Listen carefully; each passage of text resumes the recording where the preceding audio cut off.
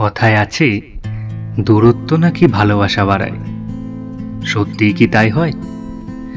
ধরুন, যদি কেউ কাউকে তাদের ভালোবাসার কথা না বলতে পারে, তাহলেও কি এটা সম্ভব?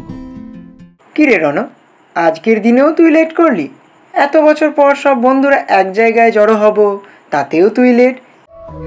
বিশ্বভারতী কোথাও গিয়ে যেন ভিতরে ভিতরে একই আছে। মানুষের অদল বদলের সাথে একটু পরিবর্তন হলেও ভিতর থেকে যেন সেই রকমই আন্তরিকতা আছে।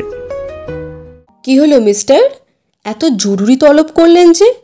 সবাই যদি তোকে আর আমাকে এইভাবে দেখে তাহলে কি ভাববে বলতো? মানুষ যখন কাউকে খুব ভালোবাসে, তখন অপর মানুষটার থেকে চাওয়ার কিচ্ছু থাকে না। তখন সে চায় তার ভালোবাসার মানুষ যেন সব সময় ভালো থাকে, আনন্দে থাকে। ব্যাস, এটুকুই। আমিও তো সেটাই চাই রণ, তুই ভালো থাক।